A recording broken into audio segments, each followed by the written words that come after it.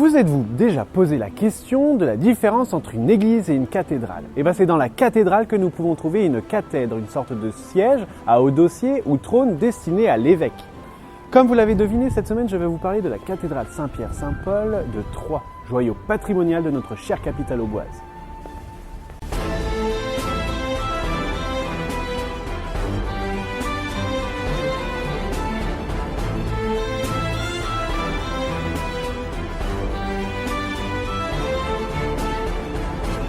C'est à partir de l'an 454 que l'on trouve trace d'une première cathédrale à Troyes, à l'emplacement même de celle que l'on connaît aujourd'hui. On suppose que c'est l'évêque Saint-Loup qui est à l'origine de son édification. Mais des incendies et les invasions normandes du IXe siècle auront raison de ce premier édifice. Vers l'an 1000, on construit une nouvelle cathédrale. Celle-ci est dédiée à Saint-Pierre et Saint-Paul, mais malheureusement, elle se retrouve sévèrement endommagée vers 1188 suite à un incendie qui dévasta l'ensemble de la cité Tricasse. 10 ans plus tard, l'évêque Garnier de Trenel reprend les choses en main avec le désir de construire l'une des plus vastes et des plus belles cathédrales de France.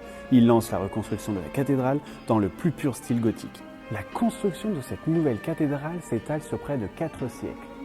Pour cause d'innombrables interruptions, de nombreux sinistres comme des incendies, ouragans ou foudres, mais aussi des changements de programme et de styles architecturaux.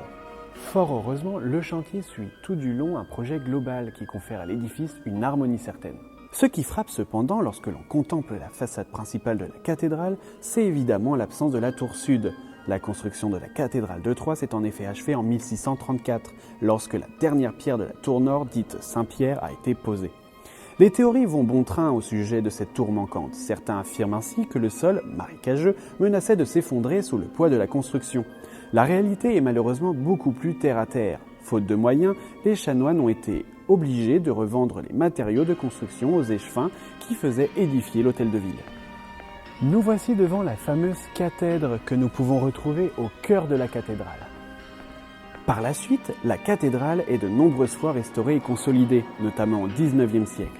Les deux guerres mondiales la touchent très peu, d'autant que ses vitraux sont rapidement mis en sécurité le temps que durent les hostilités. Nous pouvons admirer le trésor de la cathédrale constitué d'objets précieux et de reliquaires. Le premier trésor fut constitué par l'évêque Garnier de Trenel, qui fut pillé et détruit pendant la Révolution. On doit à l'évêque de la Tour de Pin une partie du nouveau trésor. Il y a encore tant de choses à dire sur notre cathédrale que cela pourrait inspirer un épisode hors série de l'Aube des Mystères. Mais en attendant, on se retrouve la semaine prochaine pour découvrir les mystères de l'église de Villemort-sur-Vanne. À très bientôt.